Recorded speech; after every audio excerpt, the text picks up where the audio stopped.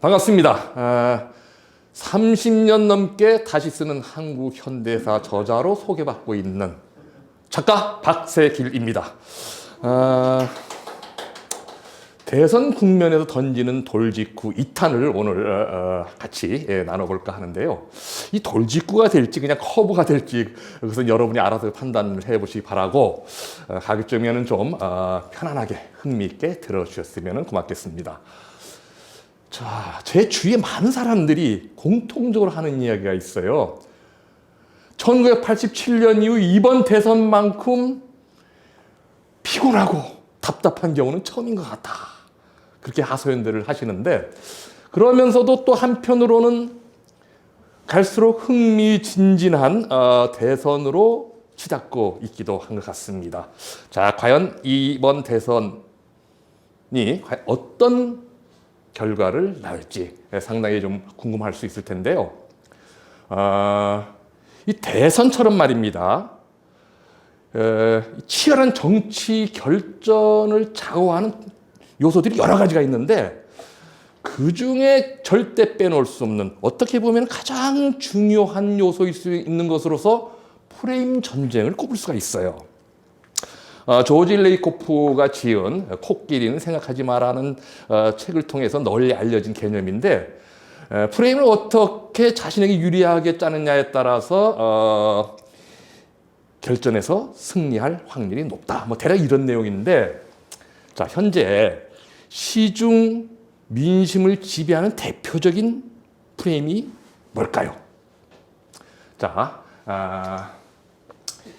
이재명, 그 다음에 윤석열, 이 두 후보가 지금 치열하게 각축전을 벌이고 있는데, 여기서 작동하고 있는 프레임은 정권의 향방을 둘러싸고 짜여져 있습니다. 이쪽에서는 정권 심판, 뭐 교체라고도 표현되는데, 사실은 정권 심판과 정권 교체는 약간의 차이가 있습니다. 근데 대략 이제 같은 맥락으로 보시면 될 것 같고, 당연히 이 맞은편에는 정권 재창출 프레임이 작동을 하겠죠. 자, 여러분, 이 정권 심판 대 재창출 프레임 중에서 어느 쪽이 유리할 것 같아요? 당연히 정권 심판이 유리하겠죠. 왜죠? 안타깝게도 이재명 후보는 집권 여당 소속 후보 아닙니까? 여당이 담당해왔던 문재인 정부가 과히 좋은 성적을 거두지 못했어요. 기대가 높으면 실망도 큰 법이죠. 민심이 상당히 좀 안 좋게 흐르고 있는 게 엄연한 현실입니다. 그러다 보니까 당연히 정권 심판이 우세를 점하게 되고, 이 여론조사 결과보다 뭐 들쑥날쑥하긴 합니다만 대체로 50% 조금 넘는 수준을 쭉 유지를 해왔어요. 그런데 이 정권 심판이라고 하는 프레임이 여기 아주 좀 거칠게 표현하면 골 때리는 프레임이에요. 제 그 주변 친구 중에 중도 성향을 보이는 사람들이 꽤 많은데, 자세히 살펴보면 윤석열을 좋아하는 사람은 별로 없어요. 그런데 투표장에 나가서 윤석열을 찍겠다는 사람들은 꽤 또 많습니다. 그러니까 윤석열이 조건 합부고는 다음 문제라는 얘기예요. 무슨 얘기죠? 정권 심판 차원에서 선택을 하고 있다는 얘기입니다. 자, 이 프레임이 계속 작동한다. 3월 9일 투표일까지 간다. 그러면 어떤 일이 벌어질까요? 확률적으로 많은 사람들이 정권 심판이라고 하는 잣대로 투표를 할 가능성이 높기 때문에 윤석열이 이길 가능성이 매우 높아지게 되는 것이죠. 대단히 무서운 얘기입니다. 자, 이러다 보니 당연히 이재명 지지자 쪽에서는 고민을 할 수밖에 없죠. 여기에 뭔가 맞불을 놔야 되는데 어떻게 맞불을 놔야 될까? 자, 최근에 이재명 후보나 선대위 차원보다는 지지자들 사이에서 이러한 프레임에 맞불을 놓은 차원에서 새로운 프레임을 가동하기 시작했어요. 그게 뭐냐? 국정 운영을 둘러싸고 짜여진 프레임이라고 말할 수 있는데, 여기서는 국정 안정을 중시합니다. 자, 그럼 맞은편에 뭐가 작동을 하게 될까요? 이 윤석열 지지자들 의지와 무관하게 국정 혼란이라고 하는 프레임이 씌워지게 되죠. 자, 국정 안정 대 국정 혼란이라고 하는 프레임이 막 작동을 하기 시작하는데 이게 꽤 효과를 볼 가능성이 높습니다. 왜 그럴까요? 자, 지금 마음을 정하지 못한 중도층들은 꽤 깊은 고민에 빠져 있는데 왜 고민이 되냐면은 정권 심판을 하긴 해야 되는데 좀 무능한 정권에 좀 뭔가 해초를 들어야만 그 다음 누가 되든 정신 차리고 바로 잘할 텐데 왠지 윤석열이 너무 불안한 거예요. 응? 자, 하나하나 따져볼까요? 조금은 좀 과장된 표현일 수 있는데 좀 편하게 좀 들어주셨으면 좋겠습니다. 자, 첫 번째로 자, 윤석열이 당선됐다고 가정을 해봅시다. 그런데 여전히 지금 민주당이 180석 압도적으로 많은 의석을 갖고 있어요. 그런데 윤석열은 민주당하고 처울진 관계잖아요. 일반적으로 배 맞대다가 등 돌리면 왼수지간이 된다 그래요. 윤석열이 대통령이 된다 하더라도 민주당이 지배하고 있는 국회와 협력하기는 거의 불가능한, 되는 일이 없을 수 있는 그런 아주 그 혼란한 정국이 적어도 2년간은 지속이 될 것이다라는 얘기죠. 자, 두 번째로, 자, 많은 분들이 윤석열이 참 무식하다라는 얘기를 해요. 이건 굉장히 거친 표현일 수 있는데 좀 고상하게 표현하면은 시대 변화를 깨뚫는 통찰력이 영 꽝이다. 그런데 이따 관련된 얘기가 나오겠습니다만은 지금 우리가 처해 있는 상황은 무엇보다도 최고 지도자는 시대를 꿰뚫어보는 통찰력을 갖고 있어야 돼요. 이게 없으면 우왕좌왕 갈팡질팡하다가 나라를 완전히 수렁에 빠뜨릴 수가 있어요. 그럴 가능성이 크겠구나. 자, 세 번째로, 자, 윤석열은 말입니다. 좀 거칠게 표현하면은 민주당 정부가 폐기 처분하는 인물이잖아요.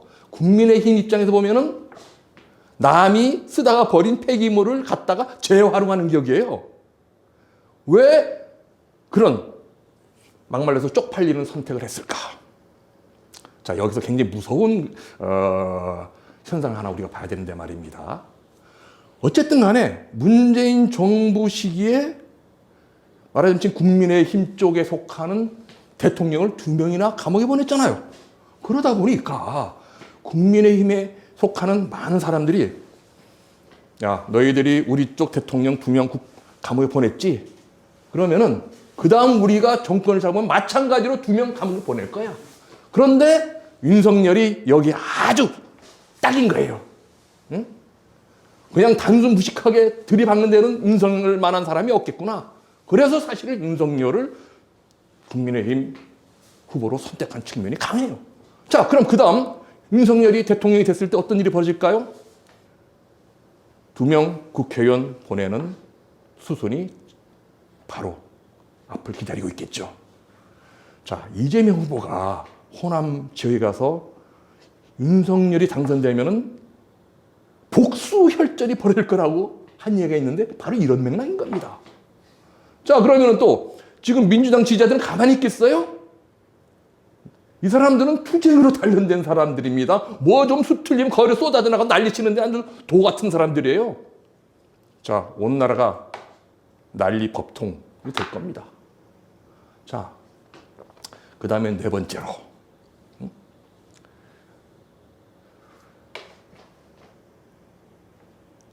윤석열이라는 사람이 아주 안 좋은 선례가 될 수 있어요. 만약에 대통령에 당선된다면은 자신의 임명권자한테 눈 부릅뜨고 고개 쳐들고 잘 개교 되니까 결과적으로 대통령까지 되더라. 자, 그러면은 그 다음 윤석열이 임명한 이러저러한 고위직들이 그 선례를 따라서 다 되들 거 아니에요. 나라가 제대로 돌아가겠습니까? 이럴 가능성 충분하다는 겁니다. 그래서 이렇게 저렇게 따져보니까 윤석열이 대통령 되면은 국정이 대단히 혼란스럽겠구나 라고 하는 것을 조금만 머리가 돌아가는 사람이라면 쉽게 감을 잡을 수가 있는 거예요.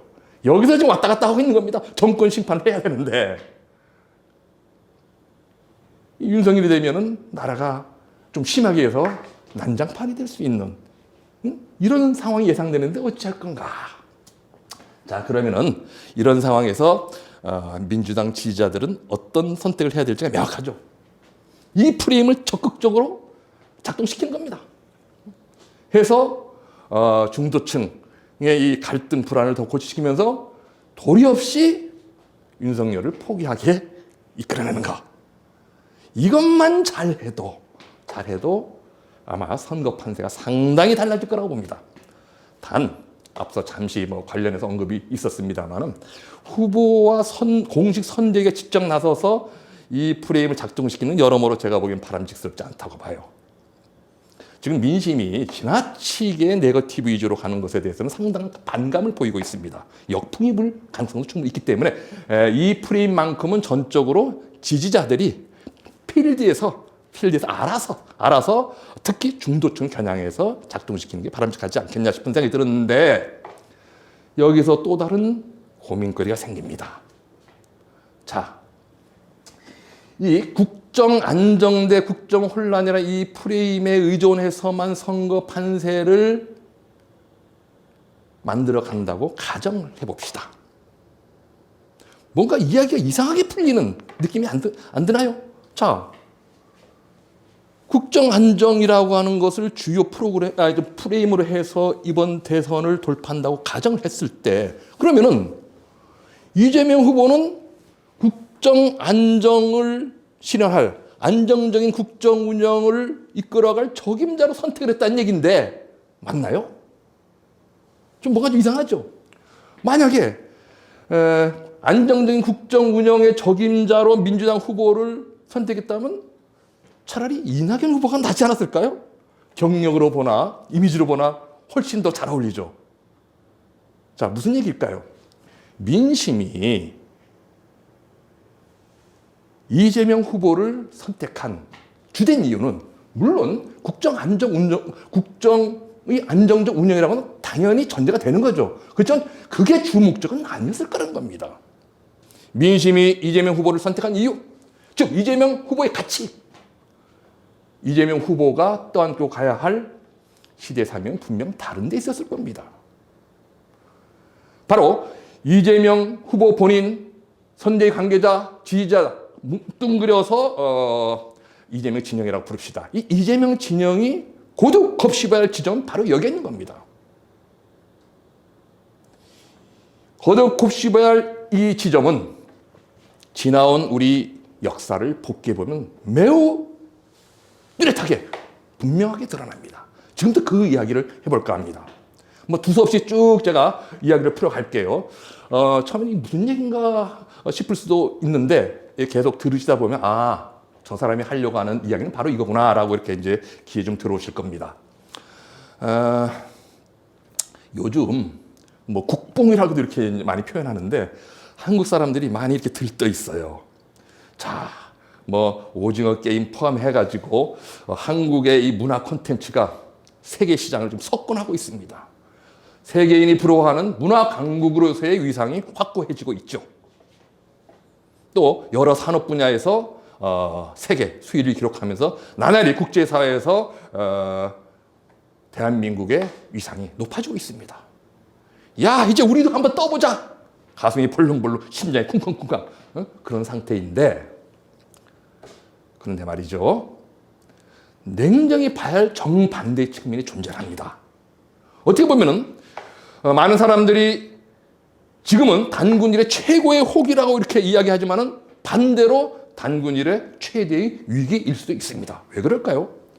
자, 자세히 보세요. 세계 4대 강국이 지금 한반도를 둘러싸고 각축전을 벌이고 있습니다. 이런 적 있었나요? 지난 역사 속에서? 그 중에서 지금 G2로 불리는 미국과 중국과 미국이 첨예한 패권 전쟁을 벌이면서 한반도를 놓고서 치열하게 다툼을 벌이고 있어요. 누가 유리하게 한반도를 요리할지를 놓고서. 그런데 그 한반도는 남북으로 분단되어 있습니다. 북핵 문제를 둘러싸고 첨예한 긴장과 대결이 계속 이어지고 있어요. 좁혀서 대한민국만 보더라도 진영으로 갈려가지고 네 편 내 편 오로지 이 하나의 기준만 가지고 좀 거칠게 표현해서 개거품 불고 쭉 싸우고 있습니다. 긴 얘기는 하지 않겠습니다만 경제 또한 곳곳에서 빨간불이 켜지고 있습니다. 대표적으로 연간 경제 성장률이 5년 단위로 계속 하락하면서 이제는 제로에 근접하고 있어요. 이것은 매우 위험한 상황에 직면해 있음을 알려주는 명백한 경고 메시지죠. 자, 이런 상황에서 말입니다. 외부의 압력이 강해지고 내부의 균열이 커지다 보면 어떻게 되겠어요? 폭발할 수 있는. 우리 이 대한민국이 우리 사회가 꽝 하고 그냥 폭발해버릴 수 있는 이런 점에서 최대 위기다. 자, 이러한 위기를 잘 극복하면서 주어진 기회를 잘 살림으로써 말 그대로 단군 일의 최고의 시대를 열자면은 앞서 언급이 있었습니다만 무엇보다도 시대의 변화를 뚫어볼 수 있는 통찰력이 있어야 되는데 그런 통찰력이 없는 사람이 이번 대선에서 승자가 된다? 이거는 생각만 해도 너무 끔찍한 얘기죠. 절대 있어서는 안 되는 그런 이야기다. 자, 이거를 다시 한번 확인을 좀 합시다. 그럼에도 불구하고 어쨌든 간에 대한민국이 세계에서 10손가락 안에 드는 경제 대국 반열에 올랐다고 하는 것은 누구도 부인 못하는 팩트죠. 팩트죠. 자, 이 사실을 놓고도 세대 간에 많은 시각 차이가 있을 수 있다고 봅니다.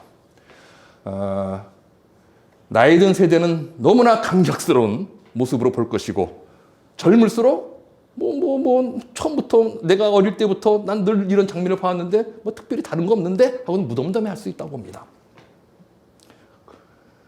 비유를 하자면은 굶기를 밥 먹듯이 하다가 겨우겨우 보리밥하고 감자 옥수수로 끼니를 때우던 사람이 쌀밥으로 식사를 해줄 때 그 감격과 평소 처음부터 쌀밥 먹던 사람이 쌀밥을 대하는 느낌이 아예 다를 수밖에 없는 거죠. 그런 차이라고 볼 수 있는데, 자, 중요한 것은 말입니다. 1960년대 초 대한민국은 세계에서 가장 가난한 나라였어요. 저 아프리카에 있는 나라들보다 더 못 살았습니다. 그 최빈국이 10대 경제대국 반열에 오른 겁니다. 이건 명백히 기적이죠. 어떻게 해서 이런 기적이 만들어질 수 있었을까? 도대체 이런 기적을 만들어낼 수 있었던 핵심 동력이 무엇일까?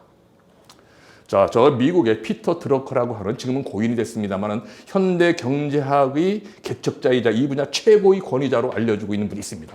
이분이 공직자 신분으로 1954년도에 한국을 방문했는데 어디를 둘러봐도 경제 발전을 할 가능성을 품은 요소는 하나도 없더라는 거예요. 축적된 자본과 기술도 없죠. 자원도 빈곤하죠. 분단으로 인해서 교육국으로서 위치도 잃어버렸죠. 한마디로 가망이 없는 나라다.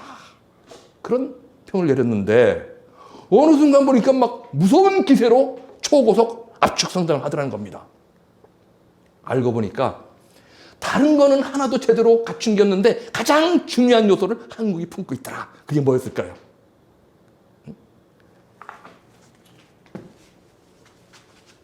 다 알고 있는 이야기입니다. 사람이었죠. 뛰어난 인적 자원을 갖고 있더라. 이런 한국 사람들이 무시무시한 교육열을 발휘하면서 지식으로 탄탄히 무장된 상태에서 엄청난 투자 열정으로 경제를 건설하면서 초고속 압축 성장을 하더라. 이를 근거로 해서 나중에 이 피터 드러커가 지식 경제론이라고 하는 새로운 이론을 이제 정립을 하기도 합니다. 자, 한국 사람들이 좀 교육열 하나하나는 세계적으로 좀 알아주죠. 그런 얘기가 있습니다. 한국 사람들은 바위 위에 올려놔도 굶어 죽지 않는다. 그런데 곧 굶어 죽어도 자식 교육을 시킨다. 그 정도로 높은 교육열을 자랑을 했는데 그런 그 교육을 바탕으로 해서 놀라운 기적을 만들어냈는데 말이죠. 여기서 또 다른 질문을 우리는 던질 수 있게 됩니다. 도대체 한국 사람들은 어떻게 해서 높은 교육률을 바탕으로 그렇게 무시무시한 투지와 열정을 발휘하면서 남들은 엄두도 못 내는 그런 일까지 착착 해내면서 높은 경제 성장률을 장기간 이어올 수 있었느냐? 그 원인이 뭐냐? 자, 이야기를 쉽게 하기 위해서 두 가지 경우 사회를 한번 떠올려 봅시다. 하나는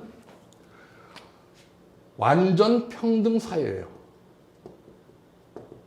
결과의 평등을 중시하는 사회입니다. 또 다른 사회는 폐쇄적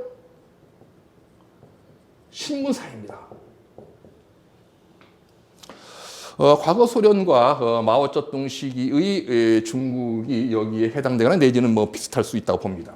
그리고 여기는 전근대적인 신분 질서를 타파하지 못한 제3세계의 많은 나라들이 아마 해당될 거라고 보는데 두 사회의 공통점이 있습니다. 뭘까요?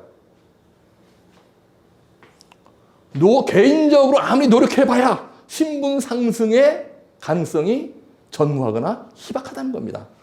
여기는 신분 질서 자체가 없으니까 아무리 노력해도 더 높은 신분으로 올라갈 여지가 없어요. 여기는 막혀 있습니다. 폐쇄적이기 때문에. 그러니까 공통적으로 개인들이 노력을 안 해요.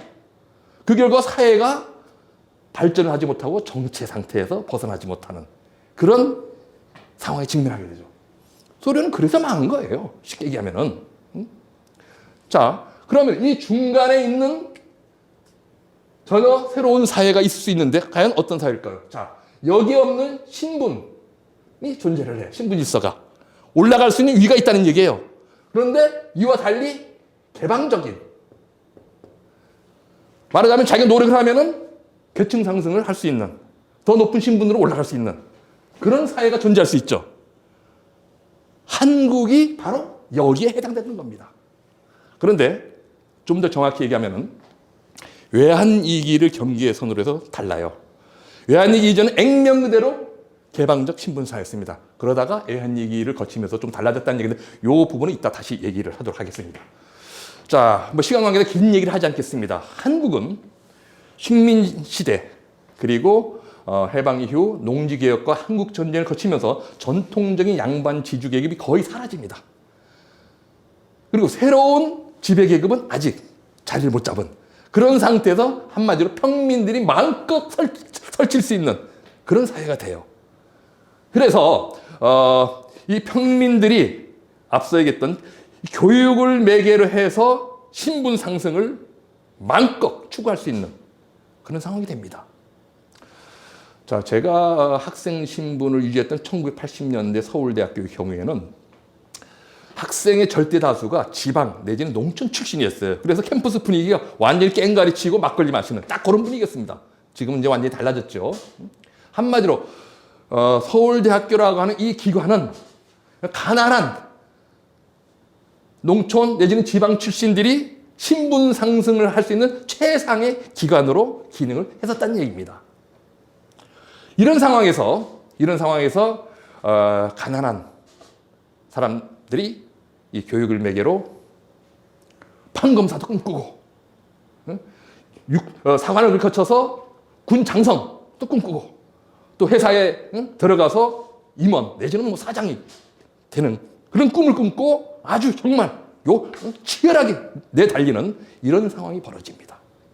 그럼으로 해서 한국 사회는 가장 낮은 곳에서 가장 높은 곳에 이런 무수히 많은 사람들의 드라마로 넘쳐나는 그런 곳이 돼요. 최고 지도자들의 면모만 보더라도 이 사실을 우리 쉽게 이해할 수 있는데, 자, 박정희, 전두환, 뭐 싫어하는 사람들 많습니다만은 가난한 농촌 출신이에요. 자, 김대중, 노무현, 상고 출신입니다.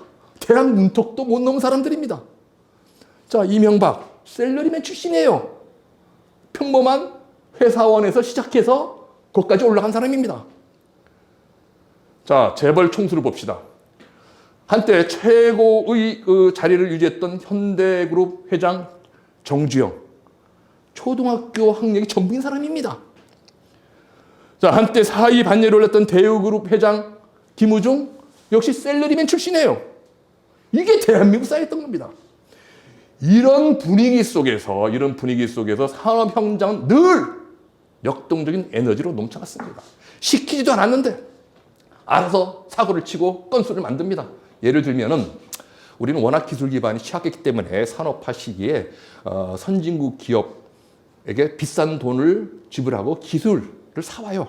뭐 고상하게 이것을 기술 제휴라고 하죠. 그 일환으로 업무 연수를 보냅니다. 야, 너 직접 가서 선진국의 사원들은 어떤 식으로 업무를 수행하는지 직접 가서 몸으로 익히고 배워놓으라. 그런데 이 김대리가, 예를 들면 김대리가 선진국의 어느 회사에 업무 연수자 갔는데 그곳에 있는 생산 설비와 작동 방식을 참 눈대중을 해가지고 쫙 다 꿰뚫어보고 밤에 숙소에 와서 노트에 다 적어요. 시키지 않은 짓을 한 겁니다. 근데 이게 사실 엄청난 값으로 따지면은 대단한 정보였던 거예요. 돌아서 딱 받칩니다. 그럼 김대리 큰건했어 해가지고 승진. 전부 이런 식이었어요. 그 왕성한 에너지를 갖고 초고속 압축 성장을 장기간 이어왔던 것이 외환위기 이전의 상황이었다는 겁니다. 그런데 외환위기를 거치면서 상황이 크게 달라지기 시작을 합니다. 자, 이 돌직구 1탄에서 좀 언급했던 사실인데 외환위기 이전과 이후 무엇이 달라졌는가? 여러 가지가 달라졌어요. 근데 가장 중요한 것, 모든 문제를 야기한 근원이라고 할 수 있는 변화는 제가 보기에는 기업을 중심으로 사람을 비용으로 보기 시작한 겁니다. 그 전까지는 좀 형식적이고 다분히 억압적이었습니다만은 가족으로 봤어요. 자, 여러분, 사람을 가족으로 봤을 때와 비용으로 봤을 때 뭐가 어떻게 달라질까요? 가족은 어쨌든 끝까지 책임져야 할 대상이잖아요. 비용은 최대한 줄여야 할 대상이잖아요. 완전히 달라지는 겁니다. 자, 단순화시켰을 때 이로부터 사회는 두 종류의 사람들로 나눠지게 됩니다. 사람을 비용으로 보는 사람이 있을 거 아니에요. 그렇게 간주하고 일을 하는 엘리트 집단이 있을 거 아닙니까? 반면에 그렇게 당하는, 간주당하는 사람이 있을 거 아니에요. 다수의 사람이 있을 거 아닙니까?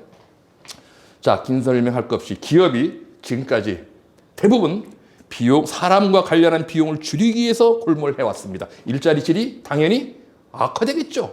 일자리 질이 약화되다 보면 당연히 삶의 질이 떨어지겠죠. 상대적으로. 반면에 사람을 비용으로 간주하는 소수는 그 덕에 더 많은 풀을 축적할 수 있었습니다. 사회적 양극화, 불평등이 심화될 수밖에 없는 그런 이제 상황이 벌어지게 된 겁니다. 그런데 2010년대를 거치면서 상황은 새로운 국면에 진입하게 돼요. 보다 부를 쉽게 축적할 수 있게 된 이 기득권층들이 자신의 사회적 지위와 부를 자식에게 물려주기 위해서 골몰하고 이게 구조화되기 시작한 겁니다. 그래서 나온 얘기가 금수저, 흙수저론이죠. 어떤 부모를 만나느냐에 따라 그 사람의 삶이, 인생이 결정되더라. 자, 지금의 그 30대에 해당되는 분들은 말이죠. 외환위기를 거치면서 무한 경쟁에서 뒤처지면 죽는다라고 하는 이 강박관념에 죽어라 스펙 쌓기에 골몰했어요. 그런데 지금 20대 와서 상황이 어떻게 바뀌었죠? 흙수저 출신들은 스펙 쌓아봐야 소용이 없는 거예요. 어차피 자기들이 원하는 그 자리는 금수저 출신들 몫일 거기 때문에. 자, 과연 이러한 상황이 경제 전반에 어떤 영향을 미쳤을지 살펴보도록 합시다. 일자리를 중심으로 한번 접근을 해볼게요.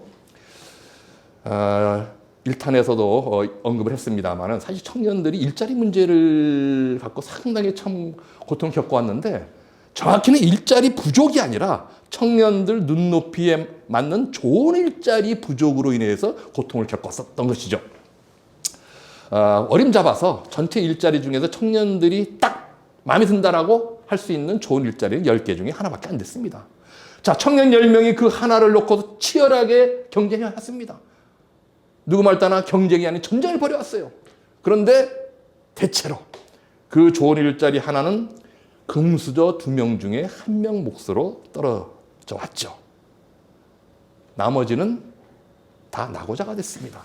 그런 상황이 반복되자 흙수저 출신들 대부분은 야, 노력하면 뭐해? 어차피 저 자리는 금수저 몫인데 아예 노력을 포기하는 현상이 벌어지는 겁니다. 이게 결코 그 말장난이 아니라고 하는 게 저는 제 아들과 그 친구들을 통해서 확인했어요. 좀 평소에 제가 좀 자주 이렇게 만나서 얘기를 나누는데 이 친구들은 뭐 더 나은 뭐 일자리를 구하기 위해서 노력을 안 해요. 보통 알바로 대충 필요한 돈을 벌고 쓰고 그러다 놀다 또 궁하면 알바하고. 물었어요. 왜 그렇게 사냐? 답이 간단했습니다. 아니 노력하면 뭐합니까? 더 나아질 게 없는데. 뭐 쓸데없이 바보같이 바둥바둥 되면서 살아요. 답이 이래요. 자, 앞서 얘기했죠. 대한민국이 여기까지 올 수 있었던 그 원동력은 엄청난 투지와 열정을 갖고 끊임없이 도전하는 것이었고 그 원동력은 개방적 신분사회에서 강했던 계층 상승이었습니다. 이것이 막히는 순간 그러한 열정, 투지는 사그러질 수밖에 없게 돼 있어요.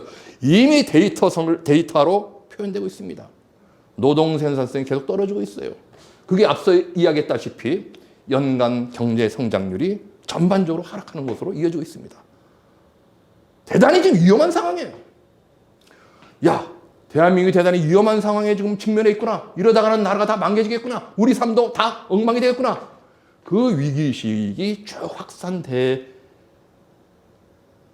있던 중에 사람들이 깨닫게 됐어요. 야, 이게 정치가 개판이어서 정치가 제 몫을 못해서 나라가 지금 이 모양이 되고 있구나 라고 느끼기 시작했어요. 그때 대통령이 누구였겠습니까? 박근혜였던 거예요. 그 시기에. 그래서 결국 들고 일어났던 겁니다. 대한민국 국민들이. 그게 바로 촛불혁명이었던 거죠. 자, 촛불혁명을 거치면서 문재인 정부가 출범했습니다. 문재인 정부의 주축 세력이 누구였습니까? 쉽게 얘기해서 저도 포함되어 있습니다만 386 세대였어요. 민심이 386 세대에게 기회를 준 겁니다. 외환위기 이후 지속된 이 지긋지긋한 사회적 양극화, 폐쇄적 신분사회로의 고착화, 저성장 국면에서 제발 탈출을 좀 시켜달라 라고 기회를 줬는데 결과가 어떻게 나타났나요? 386 세대가 민심의 요구에 부응하지 못했죠. 주어진 기회를 살리지 못했습니다. 그래서 무능 집단으로 1차 지키게 됐어요. 그런데 나중에 알고 보니까 이게 전부가 아니었던 거예요. 과거 민주화 투쟁 경력에 의지해서 여전히 정의의 사도임을 자처했던 이 사람들이 실제 삶은 폐쇄적 신분사회에서 주류 집단에 이미 편입돼 있더라. 그런데 정작 말과 행동은 여전히 기득권에 맞서 싸우는 비주류 세력인 것처럼 딱 행동을 하더라. 이제 이런 사실들이 하나둘씩 밝혀지기 시작했는데 이러한 사실이 짧은 순간에 아주 폭발적으로 드러났던 역사적 사건이 있죠. 그게 뭐죠? 바로 조국 사태였던 겁니다. 다 아시다시피 조국 사태는 조국을 법무부 장관에 임명하면서 불거졌던 일련의 여러 일들로 인해서 만들어졌어요. 조국이라는 사람은 사실 386 세대 중에서도 이 젊은 세대 사이에서 아주 대표적인 진보 아이콘으로 통했던 사람입니다. 게다가 또 이게 잘생겼잖아요. 이게 또 엄청 또 먹혀 들어간 겁니다. 근데 알고 보니까 엄청난 기득권을 누리고 있었고 이를 자식에게 물려주려고 누구보다도 더 골몰했더라. 여기에 이제 젊은 세대들은 꼭지가 돌아버렸습니다. 그런데 조국 개인에 국한되지 않고 이러한 인식이 386 세대 일반으로 확대되는 결정적인 사건이 또 벌어지게 되죠. 바로 서초동 집회였습니다. 자, 수십만 명의 386 세대가 서초동으로 몰려가서 조국 수호를 외쳤어요. 그러면서 했던 말이 있습니다. 왜 다 누리는 것을 굳이 조국만 가지고 난리야. 여기서 386 세대의 일반인 조국과 마찬가지로 폐쇄적 신분사회 안에서 기득권 세력의 일부로 자리 잡았다라고 하는 것을 스스로 실토하는 일이 벌어졌던 겁니다. 더불어서 조국 수호를 앞에 내세움으로써 이 사람들은 반성이라고는 요만큼도 하지 않고 여전히 자기가 옳다고 하는 오만과 독선, 위선과 가식으로 똘똘 뭉친 사람들이구나 라고 하는 것을 느끼게 돼요. 2030 젊은 세대들이. 그리고 그동안 문재인 정부에게 지지를 보냈던 중도층의 상당수가 반발하게 되죠. 그래서 조국 반대를 외쳤던 광화문 광장으로 달려갔지 않습니까? 이 와중에서도 우리 386 세대는 그래도 우리는 저 악랄한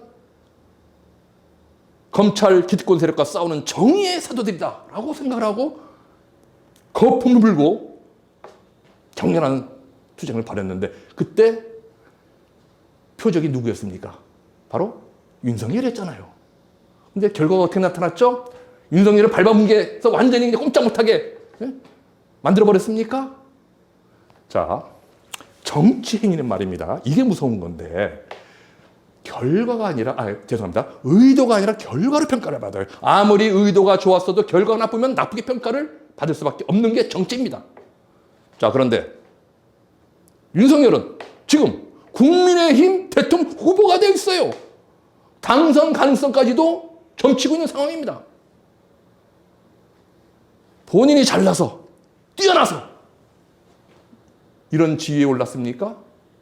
자, 여러분 가정을 해봅시다.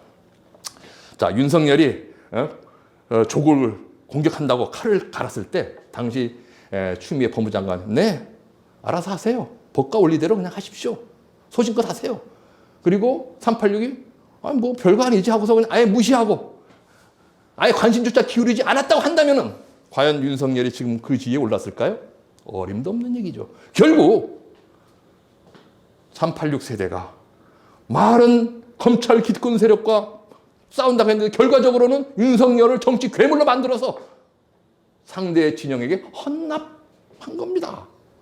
이게 결과예요. 그리고 이 결과를 기준으로 해서 평가를 받아야 되는데 아무도 그 평가를 수용을 하지 않아요. 여기서 젊은 세대는 또다시 실망하고 분노합니다. 그래서 결과적으로 386 세대와 그 다음에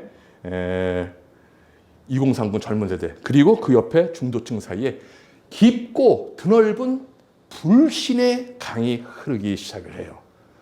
세간에서 이 강을 무슨 강이라고 합니까? 조국의 강이라고 부릅니다. 그로부터 어느 정도 시간이 흘러서 대선 국면을 맞이했습니다. 즉 이번 대선은 이런 상황의 연장선에서 치러지게 됐다는 얘기입니다.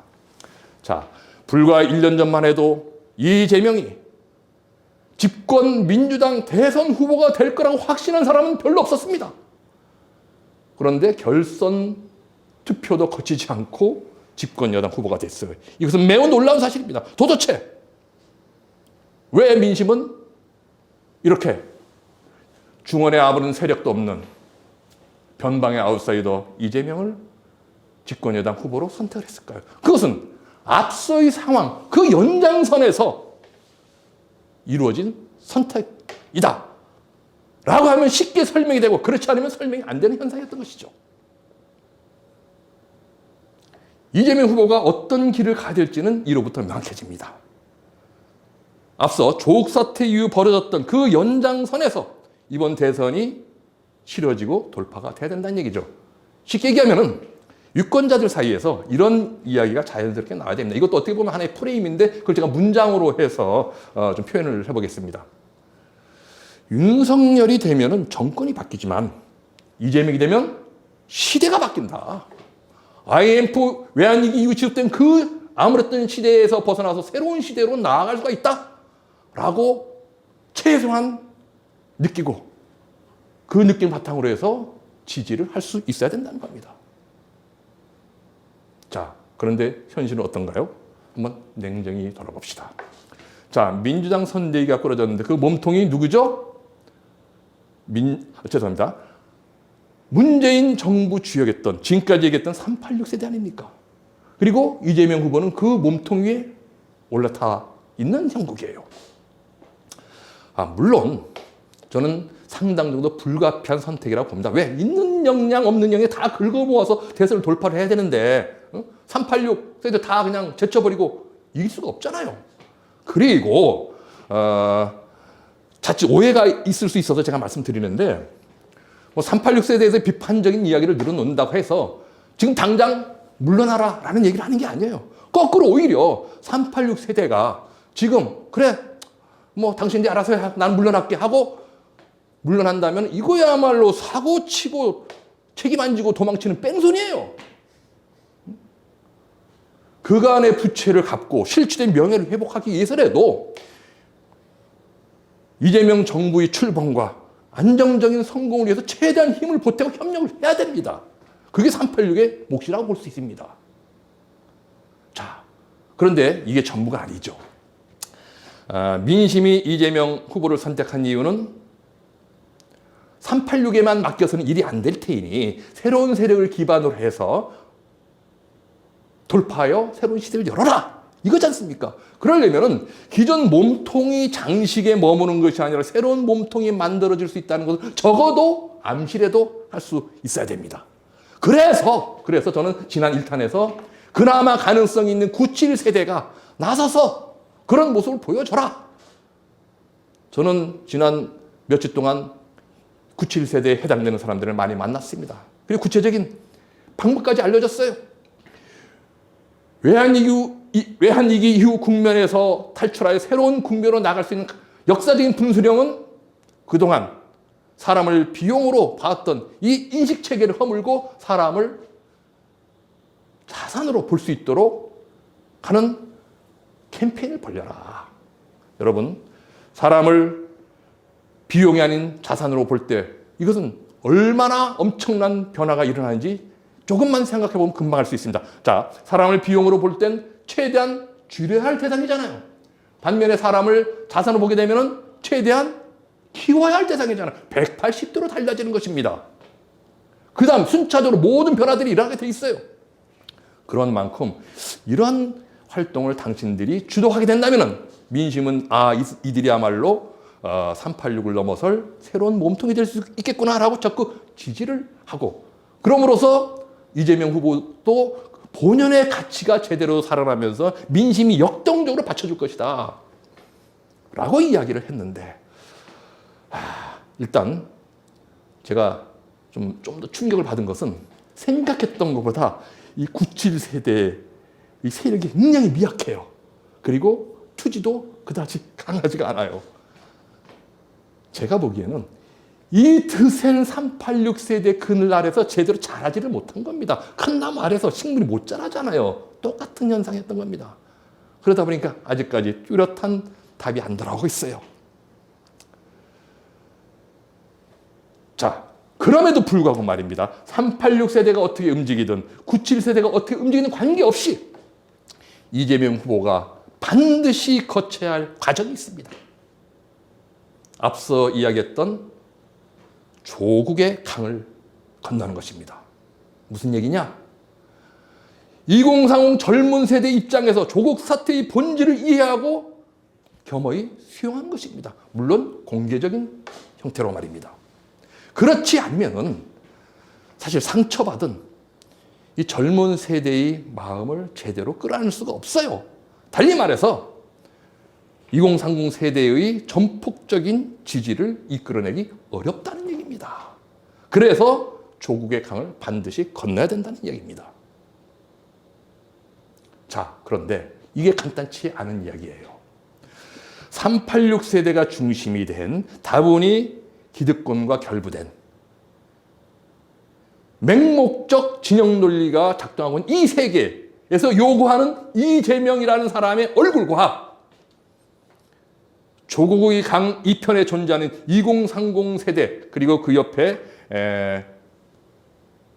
중도층까지 포함해서 이 세계가 원하는 이재명의 얼굴이 완전히 달라요. 어쩌면 정반대일 수 있습니다. 극단적으로는 하나의 얼굴은 진짜이고 또 다른 얼굴은 가짜일 수도 있어요. 자, 그러면 이재명 후보는 어떤 얼굴을 보여야 될까요? 자, 둘 중에 하나를 선택하고 하나를 포기하는 순간 이번 대선은 끝나죠. 절대 이길 수가 없어요. 이게 지금 현실입니다. 답은 딱 하나밖에 없습니다. 두 개의 얼굴을 다 보여줘야 되는 거예요. 두 얼굴의 정치를 해야 된다는 겁니다. 자, 이러면은 일각에서는 아니 일관성도 없고 그런 양면성을 보여준 사람을 어떻게 믿어? 그런데 이 이야기는 현실을 모르는 지극관념적인 접근이 나은 모습이라고 봅니다. 지금 현실에서는 오히려 두 얼굴의 정치를 보이는 것이 매우 합리적이고 신선한 모습이라는 겁니다. 왜? 지금은 과거와 미래 그리고 낡은 것과 새로운 것이 함께 존재하는 대전환기의 경계선을 통과하는 딱 그 시기입니다. 그 시기이기 때문에 두 얼굴의 정치를 보이는 것은 피할 수 없는 운명입니다. 오히려 그 운명을 적극적으로 받아 안으로써 낡은 과거에서 새로운 미래로 나아가는 교두보로 내지 징검다리로서 이 후보가 역할을 할 수 있다는 것을 가장 치열하게, 진솔하게, 강렬하게 입증할 수 있는 것입니다. 따라서 이재명 지지자들은 이재명 후보가 두 얼굴의 정치를 보이는 것에 대해서 적극적으로 이해하고 공감하고 옹호할 수 있어야 돼요. 이게 바로 오늘 제가 이 강의를 통해서 여러분과 함께 나누고자 하는 가장 중요한 포인트입니다. 지금까지 우리는 경험하지 못했던 전혀 새로운 지점에서 새로운 모습을 보여야 되는 것이 이재명 지지자들의 몫입니다. 결론을 내리겠습니다. 이재명 후보, 기꺼이 두 얼굴의 정치를 하십시오. 이를 통해서 어두운 과거에서 벗어나 새로운 미래로 나갈 수 있는 디딤돌이 교두보가 될 수 있다는 것을 잊지 마시기 바랍니다. 그러면 반드시 민심은 당신을 선택할 것입니다. 네, 감사합니다. 그러니까 지금 이재명 후보가 말하자면 그 표를 얻어야 할 두 개의 세계가 존재하는 거예요. 쉽게 386 세대 중심 세계가 있는 것이고 2030, MZ세대라는 표현을 많이 씁니다만 중심 세계가 있는데 이 두 세계가 원하는 이재명의 얼굴은 전혀 달라요. 완전히 뭐 정반대라고 해도 과언이 아닌데 자, 이번 대선에서 이기려면은 이 두 세계 중 어느 한 세계만을 선택하고 나머지 세계를 포기할 수 없잖아요. 결국 두 개의 세계 모두를 공략하자면은 거기에 맞는 얼굴 모두를 다 가져야 되는 그런 의미에서 두 개의 두 얼굴의 정치를 해야 된다는 것이고 여기에 굳이 역사적 의미를 부여하자면 이런 두 개의 얼굴은 시대가 요구하는 운명과도 같은 것이고 이것을 잘 소화할 때, 예술적으로 잘 소화할 때 과거에서 미래로 나아가는 하나의 그런 그 디딤돌로서 그 자기 소임을 잘할 수가 있다라는 그런 맥락에서 이제 두 얼굴의 정치라는 표현을 썼습니다. 그러니까 전혀 경험하지 못했던 그런 그 새로운 그런 이제 과제이고 현상인 것이죠. 뭐 당연히 나올 수 있는 지적을 해주신 겁니다. 어떻게 보면은 그런 그 반응이 더 자연스럽고 상식적일 수 있는데 저는 대선이 단기전이잖아요. 좀 더 이렇게 1년 뭐 3년을 길게 보면은 당연히 답은 나옵니다. 세대 연대 협력이죠. 세대 간 소통을 바탕으로 해서 연대 협력을 통해서 보다 폭넓은 그런 좀 협력체를 이끌어내는 것이 이제 궁극적인 방향이 됐고 이것은 누구나 다 알고 있는 전제인데 당장 이 대선이라고 하는 단기전 3월 그리면 끝납니다. 요 짧은 기간 안에 이 세대 간의 갈등과 격차를 사실 해소하는 건 저는 불가능하다고 결론 내린 거예요. 사실 저는 한 10여 년 동안 이 세대 문제를 계속 이렇게 탐구하고 나름대로 이제 좀 이론적인 축적 과정을 거쳤는데 어디까지나 이 이야기는 그 대선이라고 하는 이 짧은 기간 내에 하나의 대응책 이 차원에서 이야기를 한 것이고 과연 가능하냐라고 하는 지점에서는 이재명 후보를 둘러싼 세간의 공통적 평가가 있죠. 끊임없이 진화를 거듭하는 변신의 기제라고 하는 그런 점에서 이 어려운 과제들을 나름대로 조화롭게 잘 소화를 해서 크게 모순되지 않게 모나지 않게 잘 표현할 수 있는 그런 가능성을 좀 지니고 있다라고 하는 차원에서 저는 이제 감히 강의 제목에 돌직구라는 표현이 있습니다만 돌직구를 한번 던져본 겁니다. 최종 평가는 좀 나중에 결과가 나온 다음에 해야 되지 않겠나 좀 싶습니다. 예. 저는 사실 오늘 뭐 개략적으로 얘기했습니다만은 오늘날 특히 그 청년들을 통해서 이렇게 집중력 표현적인 사회 구조적 모순에 대해서는 자유로운 정부는 하나도 없다고 봅니다. 오히려 책임을 더 통감할수록 저는 앞으로 국민들의 그 많은 지지 속에서 새로운 역할을 부여받을 수 있다고 봐요. 그렇기 때문에 뭐 특히 이게 말하자면 무게를 재듯이 어디가 더 책임이 크고 어디가 더 책임이 더 적고 이런 걸 논한 자체가 저는 의미가 없다고 보여집니다. 그리고 저는 뭐 국민의힘에 속한 청년 당원이라고 하셨는데 굉장히 반갑습니다. 저는 어떻게 보면은 지금 한국 사회는 어느 정당을 지지하느냐보다도 어느 세대에 속하느냐가 사실은 더 좀 중요할 수 있는 그런 차원에서 지지 정당 내지는 후보에 관계없이 청년들 간의 폭넓은 소통 그리고 긴밀한 협력이 이루어졌으면 하는 바람을 좀 솔직한 마음을 담아서 좀 전달을 좀 드립니다. 네, 감사합니다.